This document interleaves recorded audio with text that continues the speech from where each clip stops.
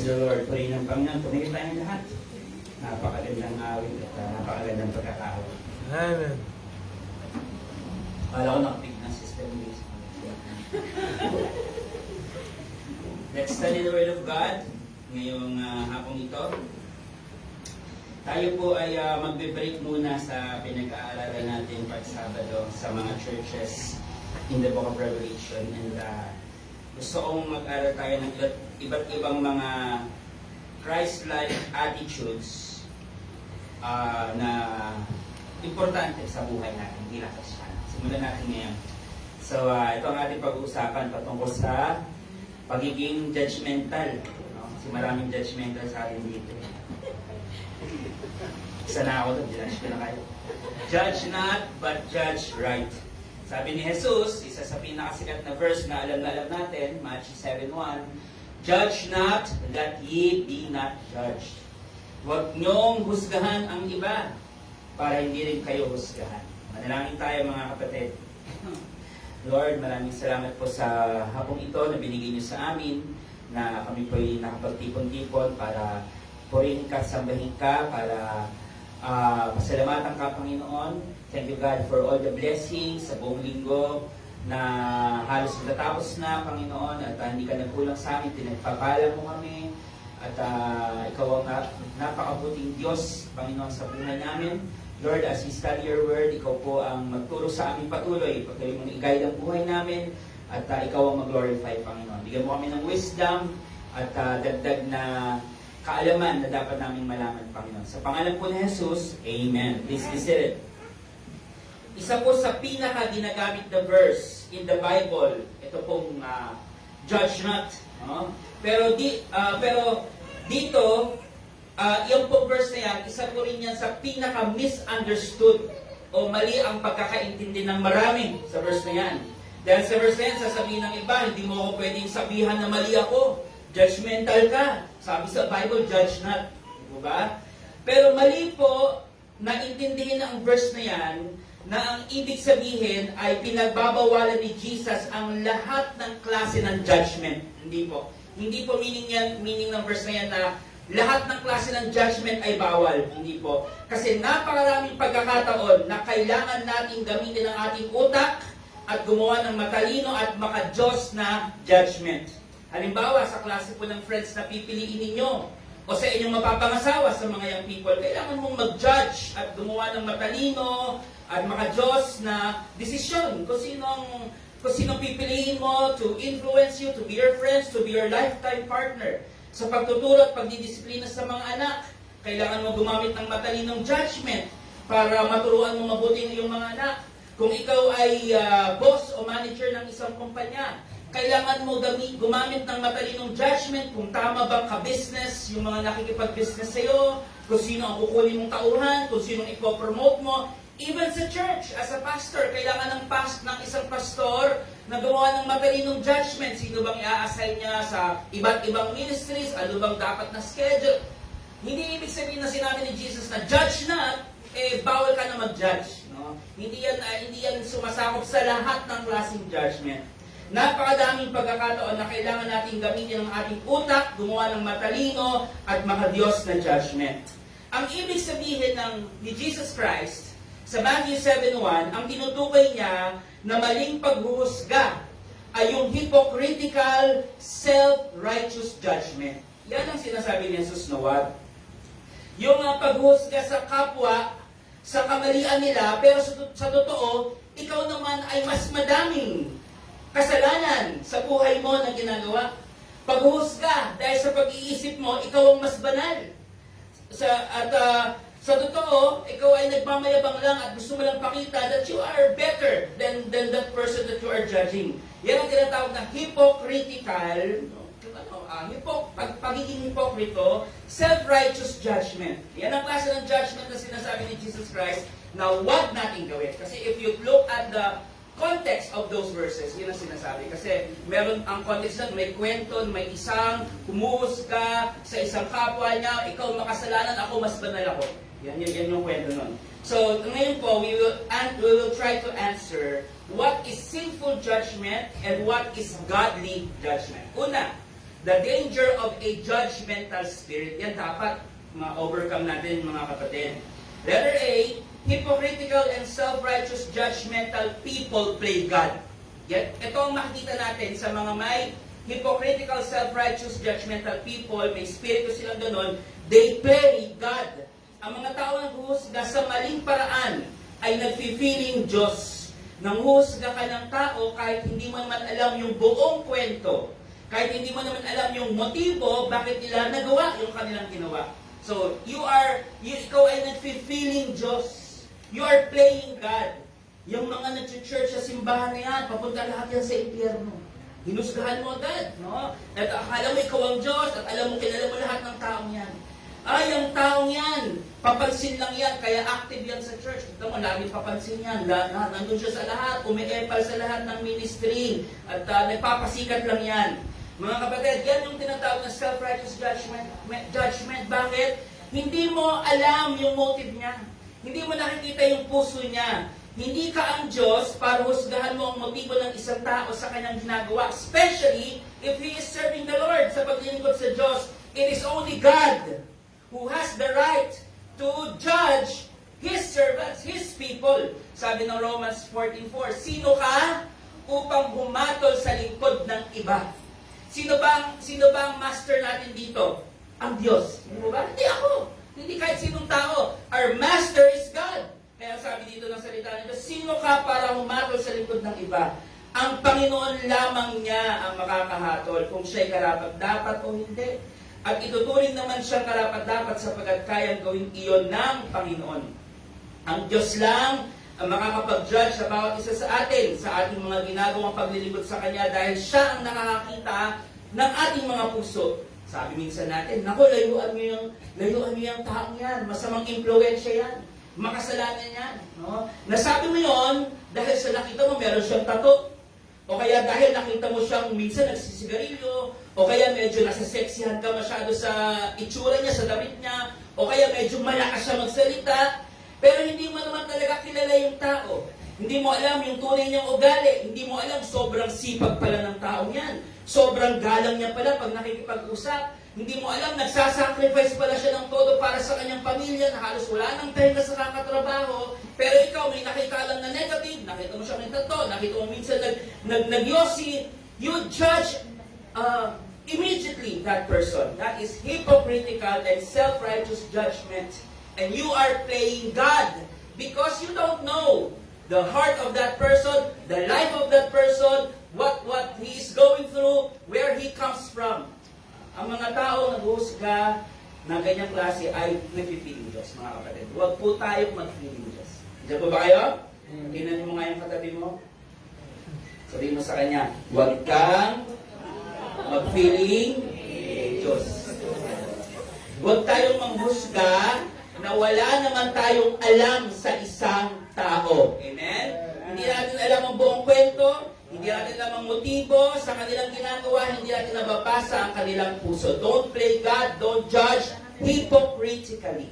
So that's the first danger. Letter B, hypocritical and self-righteous judgmental people ignore their own sin. Yan naman ang mas, di ba, hindi maganda.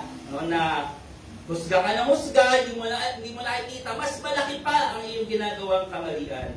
Mabilis natin mapuna ang kasalanan ng iba, sinisiraan sila, hinuhusgahan sila, pero hindi natin pinupuna ang mas malaking pagkukulang natin sa ating buhay. That is hypocritical and self-righteous judgment. Yun yung sinasabi ni Jesus na judge not. Yan ang sinasabi niya sa Matthew 7. Tingnan natin. Verse 3 and 4. Bakit mo pinupuna ang puwing sa mata ng kapwa mo? Ang munting puwing. Pero hindi mo naman pinapansin ang malatrosong puwing sa mata mo. Paano mo masasabi sa kanya, kapatid, tutulungan kitang alisin ang puwing sa mata mo. Gayong may malatrosong puwing sa iyong mata. Di ba? May muta ka sa mata mo, tanggalin mo naman. Hindi mo nakikita sa mata mo, punong-puno ka ng muta. Di ba? Yan sinasabi ni Jesus Christ. Alam mo sis, napaka-chismoso pala nila. Hindi mo na-realize, si Jesus nga yung sister na sinasabi mo yun. Diba? Ang sasama nila, ang hilig nilang mag-yosi, ang hilig nilang uminom, mga backslider, mga yan. Pero ikaw, hindi mo nakikita, puno ka naman ng kayabangan, puno ng bitterness, ang puso mo, tamad ka, hindi ka maaasahan, mapaghiganti ka, nakikita mo yung mali, yung muta ng ibang tao, pero hindi mo napapansin yung malatrosong muta na meron ka. Alam niyo nung sinabi ni Jesus Christ yan, he was being sarcastic talaga. He was being sarcastic. Talagang sinasabi niya doon sa mga hypocrites na masyado nyo nakikita yung iba, pero hindi nyo nakikita ikaw mismo. Para siyang nagpapatawa na totoo. He was sarcastic, pero yun ay totoo. Hypocritical and self-righteous judgmental people ignore their own sin. Mga kapatid, sabi ni Jesus, bago natin husgahan ng ibang tao, at sobrang pagdiinan ang kanilang mga kamalian at pandirihan sila, baka tayo ay mas madaming muta at kasalanan sa buhay natin na hindi natin pinapansin. Kasi minsan, tayo masyado nating sinesensationalize, yosi, inom. Of course, that's bad. Pero hindi natin masyadong pinapansin yung pride, kayabangan, pagmamalaki, panlalait, at lahat ng iba pang kasalanan. No? Dapat pati-pati. No? You don't look at one sin na masama ka dahil may tato ka. Pero ikaw, hindi mo nakikita yung panloloko mo sa kapwa, pagsisinungaling mo, pagiging chismoso mo. No? Hypocritical and self-righteous judgmental people ignore their own sin. Letter C. Hypocritical and self-righteous judgmental people damage others. Yan pa ang dangerous pag meron tayong hypocritical and self-righteous spirit, no? Na judgmental spirit, we damage others. Ang hypocritical and self-righteous judgmental person, ang gusto lang ay saktan at sirain ang hinuhusgahan niya. Ang problema, wala siyang interest na mabago yung buhay ng taong yun. Gusto lang niya sirain yung tao para siya ang umangat. O kahit hindi siya umangat, dahil galit lang siya. Para masatisfy niya yung galit niya, masatisfy niya yung pride niya, mali ka, masama ka. Tumulat ka sa akin. Imbis na tulungan magbago ang isang tao at mapalapit lalo sa Diyos, inaapakan palalo at nilalayo sa Diyos. Yan ang gawain ng isang hypocritical and self-righteous judgmental spirit. Sabi ng James 4:11, mga kapatid, huwag niyong siraan ang isa't isa. Ayaw ng Diyos na we put down one another. Ang sabi ng Panginoon, we help each other. We pick up one another. Dapat habaan mo ang patience mo. You help yung kayong malalakas, ang sabi, tulungan niyo yung mahihina. Hindi apakan sila lalo, hindi itaboy sila lalo.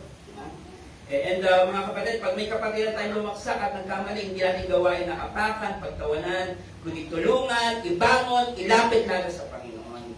Kung sinisiraan na natin ng isang tao, para tayong umangat at sumikat, lalo tayong nagmumukhang walang kwenta sa katotohanan lang. So, hypocritical and self-righteous judgmental people damage others. So, those are the danger. Marami pang iba, no? Pero yan yung pinaka nasa ibabaw.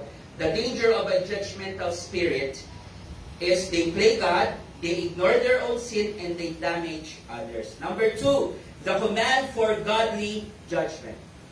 The command for godly judgment. So sabi ni Jesus Christ, judge not. No? Ibig sabihin, huwag tayo maging hypocritical and self-righteous judge. Pero hindi niya sinabing sa lahat ng pagkakataon, huwag tayo mag-judge. In fact, kung paano sinabi ni Jesus na huwag kang humusga, meron din sinabi ni Jesus, meron din verse na sinabi ni Jesus, humusga ka. Humusga ka. Pero humusga ka sa tamang paraan. We can find that in John chapter 7, verse 24. Judge not according to the appearance, but judge righteously. Huwag kayong humatol, batay sa inyo, kundi humatol kayo. So, mismo sinabi niya, humatol kayo. So, hindi lahat ng paghatol, hindi lahat ng pag-judge ay makasalanan. Merong maka-Diyos at tamang batayan at matalinong paghatol. Merong ang book sa Bible na Book of Judges. Talagang hindi masama mag-judge, masama maging hypocritical and self-righteous sa pag-judge. Pero, inuutosan tayo ni Jesus na matuto tayo maging matalino, batay sa sinasabi ng Diyos, batay sa wisdom ng Panginoon, batay sa pangungusap ng Holy Spirit sa atin. We should learn to judge, ano sabi dyan? Righteous judgment. Yan. Maghumatol kayo batay sa matuwid na pamantayan.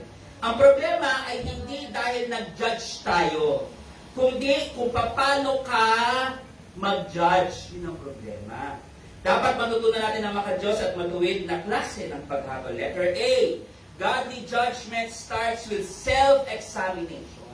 Bago mo sobrang i-put down yung isang tao, apak-apakan siya, pagtawanan siya, siraan siya sa lahat, tignan mo muna sarili mo. Baka mas grabe ka naman. Self-examination ang una. Matthew 7:5. Sorry. Wala dyan. You just open your Bibles o pakinggan yung po. Matthew 7:5. Alisin mo muna ang malatrosong puwing sa iyong mata. Nang sa ganon, makakakita kang mabuti para maalis mo ang puwing sa mata ng iyong kapwa. So, ang unang sinasabi ni Jesus, yung sarili mo muna. You judge yourself, may mali ka ba? May ginagawa ka bang hindi maganda? Baka mas malala pa yung ginagawa mo kaysa sa pinagtatawan mo, mas katawa-tawa ka pala. So, before correcting others, examine your heart first. Repent, confess of your own sins, self-examination ang una-una. Hindi tayo basta-basta mali ka, makasalanan ka, turo ka lang turo, hindi mo nakikita yung sarili mo. So, self-examination is the first step. Letter B, godly judgment is based on truth and not opinion. Hindi yung iyong sariling preference, mapangit ka kasi hindi lang kita gusto. Hindi ko taste yung itsura mo, hindi ko taste yung kalanalita mo. No? Hindi tayo pares ng hairstyle, hindi mo kasing kulay, wala kang kwenta. No. Judgment is not based on your opinion, it is based on the truth. Of course, on the truth of the Word of God. Yan ang dapat kapag tayo hahatol sa isang tao, magbibigay ng judgment, kailangan natin gumawa ng matalinong paghusga. You base it sa sinasabi ng Diyos. Tumawag sa Panginoon, mag-pray, humingi ng wisdom sa Diyos para tulungan tayo ng Panginoon, tayo ng wisdom. We don't judge by culture, by feelings, or personal standards, but we judge by the Word of God. Porket hindi kasing kinis ng balat mo, pangit na agad sa tingin mo at pinandidirihan mo. Porket hindi Pilipino, kami mga Pilipino lang ang dapat. Ay, Amerikano kayo, masasama kayo. Mababa ang tingin mo at pinagtatawan mo yung hindi mo kasing payat. Ayaw mo lapitan at inuutosan mo pang iba na iwasan ng isang tao dahil feel mo lang masama siya. Hindi mo lang gusto itsura niya. That is not how we judge others.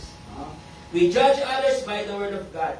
Katotohanan mula sa salita ng Diyos ang pasihan ng maka-Diyos na paghatol at hindi ang iyong personal na opinion mo. So, a question, ano ba ang katotohanan na sinasabi ng salita ng Diyos para sa ating lahat? Unang katotohanan, lahat tayo ay makasalanan. Yan ang katotohanan, mga kapatid. Lahat tayo ay madumi. Kung hindi dahil sa biyaya at habag ng Diyos, wala kang pag-asa, papunta ka sa impyerno. Kung lagi nating iisipin yan at isa sa puso, hindi ka manghuhusga ng kapwa. Kung hindi magiging mabait ka, maunawain ka, mapagpatawad dahil ikaw mismo ay tumanggap ng kapatawaran. Ikaw din ay madumi. Ikaw din ay walang kwenta. Buti na lang pinatawad ka ng Diyos. Kaya hindi mo sobrang huhusgahan ang sino mang makasalanan kasi ikaw din, you're a sinner, sabi ng salita ng Diyos. Ano ba katotohanan na sinasabi ng salita ng Diyos? Namatay si Jesus para sa lahat ng tao. Yan ang pinaka-key dyan. Bakit namatay si Kristo? Hindi lang para sa mga taga-MCBC. Hindi lang para sa iyo, hindi lang para sa akin. He died and Jesus Christ wants everyone to be saved. He wants everyone to know His Son. He wants everyone to receive salvation. Ibig sabihin, listen, sa mata ng Diyos, kasing qualified mo lang din ang ibang taong hinuhusgahan mo. Ibig sabihin, sila din, gusto rin sila ng Diyos na maligtas. Gusto rin sila ng Diyos na maging kanyang anak. Gusto rin ng Diyos na magbago ang buhay nila. Nagkataon lang, mga kapatid, na nauna ka, nauna ako. Nakakilala tayo kay Jesus ngayon, binabago ng Panginoon ang buhay natin, imbes na husgahan ng iba, at isipin mo, wala ng pag-asa yan, mga walang kwenta yan, dalhin mo sila sa Panginoon. Bring them to the Lord upang sila din ay makaranas ng pagbabago na naranasan natin. And instead of judging them and ginagawa natin because feel lang natin, hindi natin sila feel at wala silang kwenta. We judge based on truth. sa ating mga paghatol po kung sino ang pipiliin mo na maging malapit na kaibigan mo. Pipiliin mo ang pangasawa, pagtitiwalaan mo sa buhay, pagtitiwalaan mo sa business, kung paano mo hahatulan ng iyong mga anak, and every other kinds of judgment. Lahat din yan nakalagay sa salita ng Diyos. It's all in the Word of God. Napakaraming matalinong payo ng salita ng Diyos patungkol sa mga katangian ng mga tao na dapat nating lapitan. May maraming napakatalinong payo ng salita ng Diyos sa iba't ibang aspeto sa buhay. Huwag nating ibase ang makahalagang desisyon sa buhay natin mula sa napapanood natin sa social media, sa teleserye, sa buhay ng mga paborito mong sikat na celebrity, dahil magkakamali ka. Paano ba yung mag-asawang to? Pinanood mo sa social media, sigawan sila ng sigaw, murahan ng murahan. Pero okay naman sila, may pera naman. Di ginaya mo, ganun ka, murahan kayo ng murahan mag-asawa. I mean, don't base your important judgments and decisions sa napapanood natin. We all base it in the Word of God. Amen po ba mga kapatid? So, godly judgment is based on truth, not opinion. Letter C, godly judgment aims to restore and not to condemn. Bakit ba tayo mag-judge? Hindi para apang-apangan ng isang tao, hindi para pahiyain siya. Ang pinaka-goal, ibalik sa Panginoon. Bakit mo didisiplinahin ang anak mo? Gusto mo lang siya saktan? Galit ka lang? Gusto mo lang siya paluin? Hindi. Para umayos ang buhay. And all other judgments, yan dapat ang goal, to restore them to the Lord. Ang purpose ng mga Diyos na paghatol, panumbalik sila sa Diyos. Galatians 6:1, mga kapatid, kung ang isang tao ay natagpuan sa anumang pagsuway, kayong mga espiritual, ay dapat panumbalikin siya sa spirito ng kaom. Paano mo panunumbalikin? Ikaw mismo dapat meek ka. Hindi mo panunumbalikin na galit ka, mayabang ka. You bring them back to the Lord in a spirit of meekness. Bakit meek? Kasi ikaw man ay makasalanan at hindi perfect at nakatanggap ka lang ng biyaya ng Diyos. So when you discipline, you judge someone, you judge them in a spirit of meekness, not pride, not anger, and bring them to the Lord. Yan ang sabi ng salita ng Diyos. Ang attitude natin sa paghatol ay kaamuan, mapagpakumbaba at hindi mayabang. The goal, when we judge, when we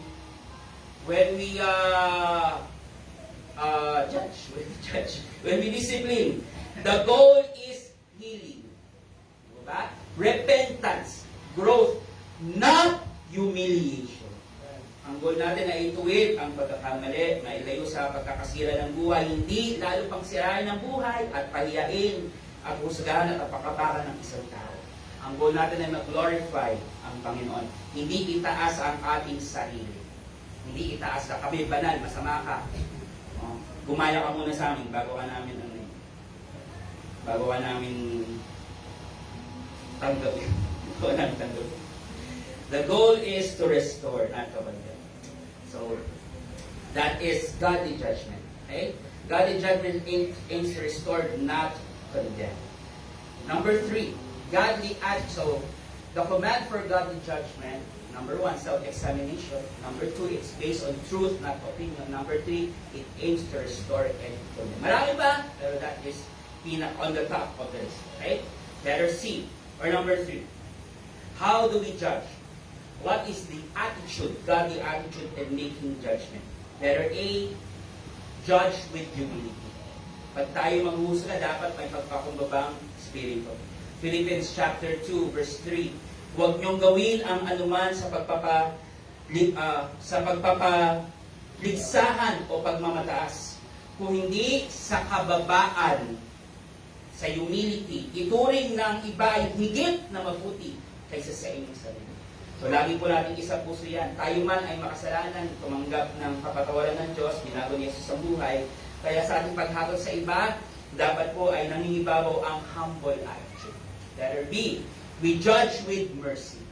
We judge with mercy. Hindi po tayo nanguhusga na tayo ay sobrang lupit at cruel. Dapat po mas nangingibabaw sa atin ang mercy. Dahil ang Diyos, nangingibabaw sa Diyos ang mercy. He is full of mercy. full of grace. Kasi kung ang mangingibabaw lang sa Diyos ay judgment lang kaagad-agad. Aba, unang pagkakasala pa lang natin, we go to hell. Di ba? Pero nangibabaw sa Diyos ang mercy. Pinadala niya ang kanyang anak to die for us. Kung hindi pa naman sobrang merciful nun. Diba? Diba? Si Arce, pinagnakawan ako. Kung anong ginawa sa akin. Babarangay kita. Humingi siya ng tawad. Hindi walang tawad-tawad. Kailangan mo pagpanagutan yung ginawa mo sa akin. Pumunta ka na sa, makulong ka na. Ganyan. Diba? Hindi. As Christians, pinapakita sa atin ng Diyos na habaan ang habaan ng mercy mo. Sa dulo, pag talagang wala na, sa dulo, kaawalong kita. Nanakawan mo ko ng 100, siyempre siguro, sermonan ka na, hindi niya, pero matatawarin ko kita, tatatanggapin kita. 200, pag mga 10,000 na siguro, matutuloy na. I mean, yung impyerno nga sa dulo pa, yung lake of fire. Hindi mo ba mga kapatid? Buhay pa, marami pang buhay ngayon na loko-loko, masasama, makasalanan, rapist. Hindi pa sila tinatapon ng Diyos, may mercy pa ang Diyos sa kanila. So we judge tayo, ganun din. Sa dulo ang judgment.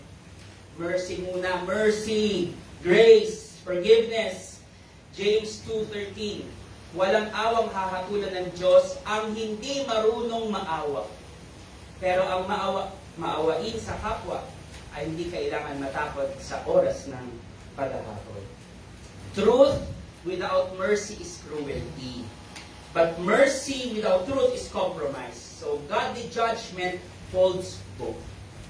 Of course, may truth, merong talagang mali talaga eh. Diba? Hindi naman natin dinideny at hindi naman natin sasabihin na palakpasin na lang natin or baliwalain, pero kailangan may mercy. Godly judgment, you see, God is a just God, but He is full of mercy. Sabi nga doon, yung kanyang mercy and grace is new every morning. It's new every morning. So, galit tayo sa kasalanan, gusto natin matigil, pero hindi tayo lubusang galit at mabagsik sa taong nagkasala. Kundi may awa tayo galing sa Diyos. May kapatawaran tayo gaya ng pagpapatawad ng Diyos sa atin. At ang nais natin ay mabago ang buhay ng isang tao, hindi ang apak-apakan siya at masira siya lalo. Letter C, judge with love. When we judge, dapat may pagmamahal. Speaking the truth in love. Speaking the truth in love. If there is no love, it is not from God. Isa sa pinaka-perfect example, alam na natin ito. Ilang beses natin ito na basa at na pagkwentuhan. Basahin lang natin ulit. I'm sure mag-gets natin agad yung point ni Jesus Christ dito. John chapter 8, verse 1 to 11 to. 1 to 11 yan. Okay. Ito po yung dinala kay Jesus Christ, yung nahuling babaeng nagko-commit ng adultery. Si Jesus naman ay pumunta sa bundok ng Olibo. Kinabukasan, maaga pa'y nagbalik na siya sa templo. Lumapit sa kanya ang lahat ng mga tao. Umupo siya at nagsimulang magturo. Dumating noon ang mga tagapagturo ng kautusan at mga Pariseo na may dalang isang babaeng nahuli sa pangangalunya.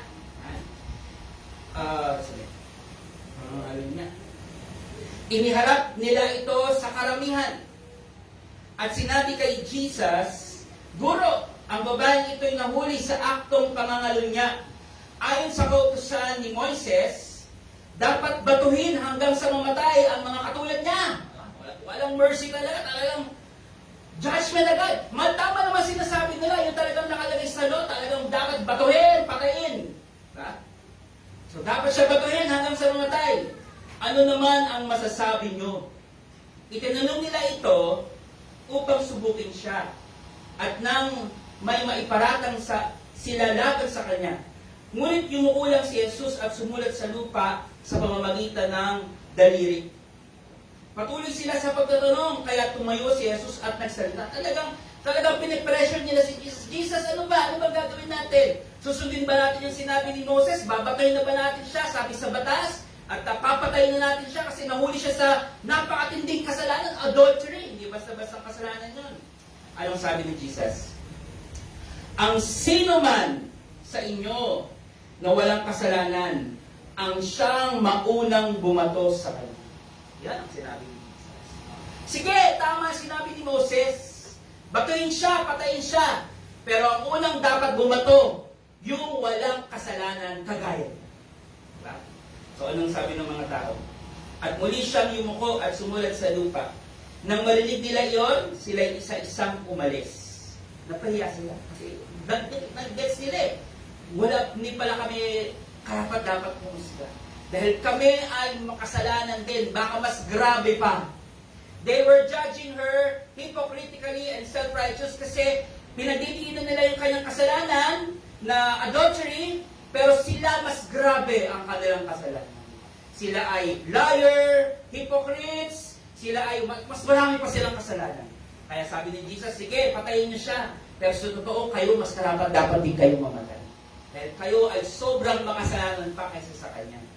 Kaya isa-isa silang umalis. Nag-gets siyo po ba mga kapatid? Umalis sila isa-isa. Ano susunod na nangyari? At muli siyang, nang marinig nila iyon, sila isa-isang umalis. Simula sa pinakamatanda, iniwan nila ang babaeng nakatayo sa harap ni Jesus. Verse 10. Tumayo si Jesus at tinanong ang babae, nasaan sila? Wala na bang humahatol sa iyo? Wala na. Ginoo. Sagot ng babae. Sinabi ni Jesus, hindi rin kita hinahatulan. O listen. Hindi kinonsinti ni Jesus yung kasalanan ng babae. Hindi niya kinonsinti. Hindi lang niya siya hinahatulan hypocritically and self-righteously. Si Jesus lang talaga yung may karapatan humatol sa kanya. Kasi si Jesus walang kasalanan. Siya may karapatan siyang batuhin yung babae. Pero hindi niya hinatulan, hindi siya naging cruel. Mas pinili ni Jesus ang mercy. It doesn't mean na kinukonsinti niya, okay lang. Hindi. Sabi niya susunod, umuwi ka na, mula ngayon, huwag ka nang gumawa ng kasalanan. Hindi niya kinonsinti yung kasalanan. Mali yun, huwag mo lang gawin. Pero hindi ako malupit, hindi ako magiging cruel sa'yo. Ako ay magpapakita ng mercy and love. Guess mo ba? That's how you judge.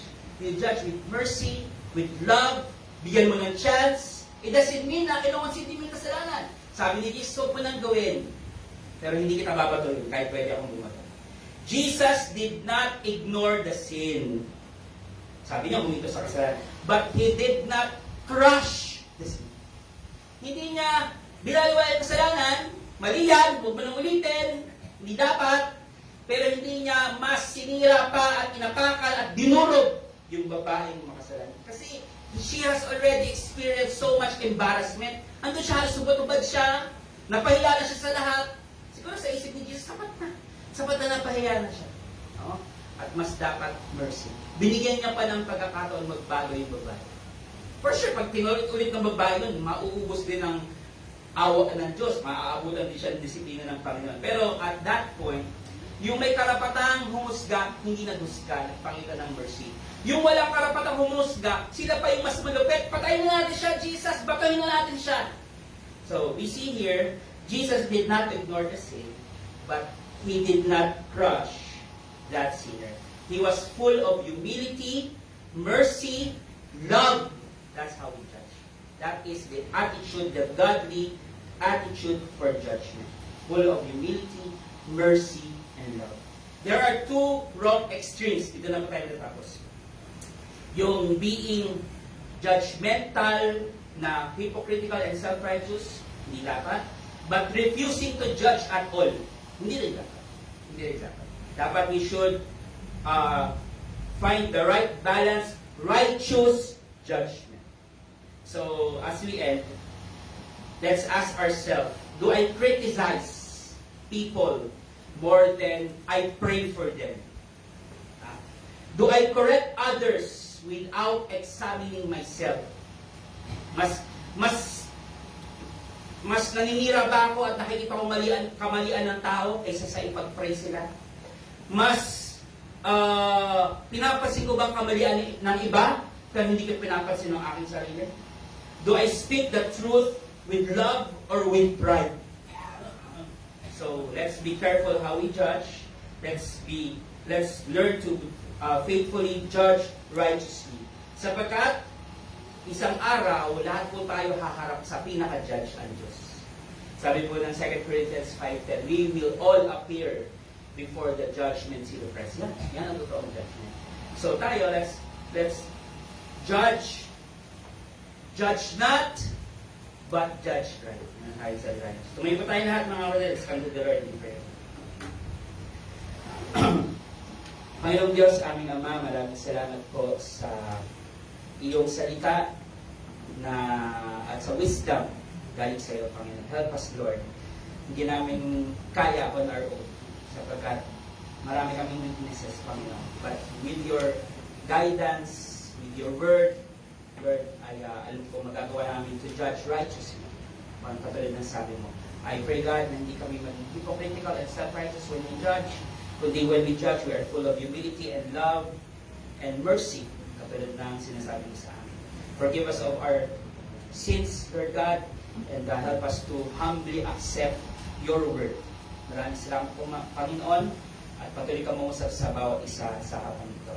As every heads are bowed and every eyes are closed, ay aawit po tayo ng awit na paanyaya. Hindi ko po alam kung anong pangusap ng Diyos sa inyo, but I believe God is speaking to our hearts. Let's come here in front and pray to the Lord, and tayo ay magpasakop at sumunod sa panawagan ng Diyos sa ating ngayong hapong ito. Kung ano man ang ating mga pagsubok o problema, kabigatan, kasalanan, o pangangailangan, kapit natin sa Diyos. Nandito ang ating Panginoon, nakikinig at handang sumagot at kumilos ang kapangyarihan niya sa buhay natin. As our leaders sing our invitation song, let's come here in front and talk to them.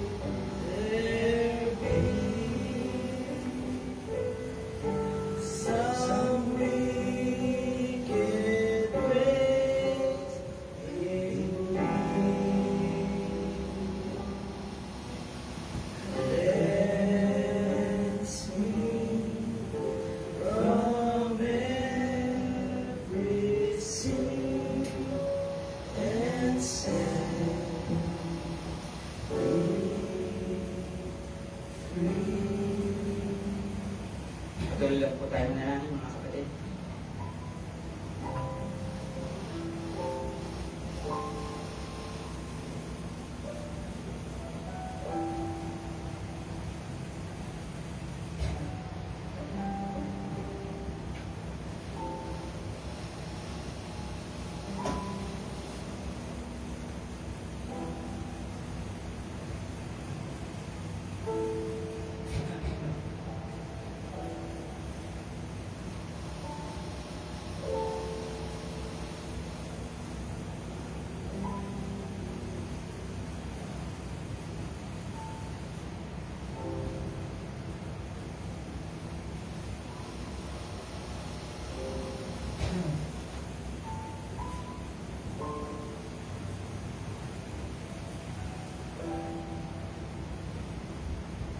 Panginoong Diyos, aming Ama, maraming salamat po sa iyong pong pangako na sa aming mga panalangin. Ikaw po ay nakikinig. Thank you, Lord God, sa iyong salita, Panginoon. Help us, Lord, to understand it all and to apply it in our lives, Panginoon. I pray, Lord, na patatagin mo pa ang bawat isa sa aming pananampalataya. Patuloy kami lumago sa aming spiritual na buhay. Help us, Lord, to overcome ang iba't ibang mga weaknesses namin. Thank you, Lord Jesus, because you have already paid for all of our sins in full. And sa iyong harapan, we are already justified, and all of our sins are forgiven. We are made holy, at iyong anak at may kaligtasan. Salamat ng marami, Panginoon. Help us, Lord, to continue to grow and to mature and to overcome our weaknesses, Panginoon, and the sins in our life na sisirain kami. Tulungan mo kami magtagumpay sa temptation ng kaaway, at help us, Lord, give us wisdom to make right decisions sa buhay namin. Dalayan ko, Panginoon, lalo ka pa namin ibigin, lalo pa namin makita ang iyong kadakilaan, ang iyong pagmamahal sa amin, at lalo pa namin ikaw makilala at lumalim pang pagmamahal namin at pagnanais namin maglingkod sa iyo, Panginoon, at gawin ang iyong kalooban. Pagpalain mo, Panginoon, ang bawat isa, pagpalain mo mga buhay ng bawat isa sa amin, bigyan mo kami ng kalakasan at kalusugan, pinipray ko po ang mga may sakit, at lalo na yung mga malulubhang sakit, si Mang Buenalo, si Tintin, si Nanay Rosa, si Mami Ibay, at ang iba po pong mga matinding karamdaman po dito sa NCBC Link. I pray in the name of Jesus, ikaw pong mawak sa kanilang mga pangangatawan at karamdaman. Wala pong imposible sa iyo. Naniniwala kami kung gugustuhin mo ngayon mismo, you can heal them. We pray for your healing and your power, Lord. And we believe, Lord God, that you can heal them if it is your will. So God, we ask for your goodness, Panginoon, to answer all of our prayers. And Lord, I pray for blessings and success sa bawat isa. Pagpalain mo po hanap buhay ng mga kapatid ko, and their livelihoods, their businesses, pagpalain mo. Pagpalain mo mga nag-aaral, and keep us safe, protect us from any harm, Panginoon. Ingatan mo kami sa mga pagbabiyahe namin. And I pray, Lord God, na balik mo kami, Panginoon, tomorrow, sa buong araw na aming ilalaan para sa iyo, to worship you, to serve you, and patuloy mo kaming bigyan ng inat sa puso namin, Panginoon, para sa iyo, O Diyos, at sa gawain mo. Maraming salamat po muli. Dinabalik namin ng papuli sa ilang at wala ng iba sa pangalan ng Jesus. Amen.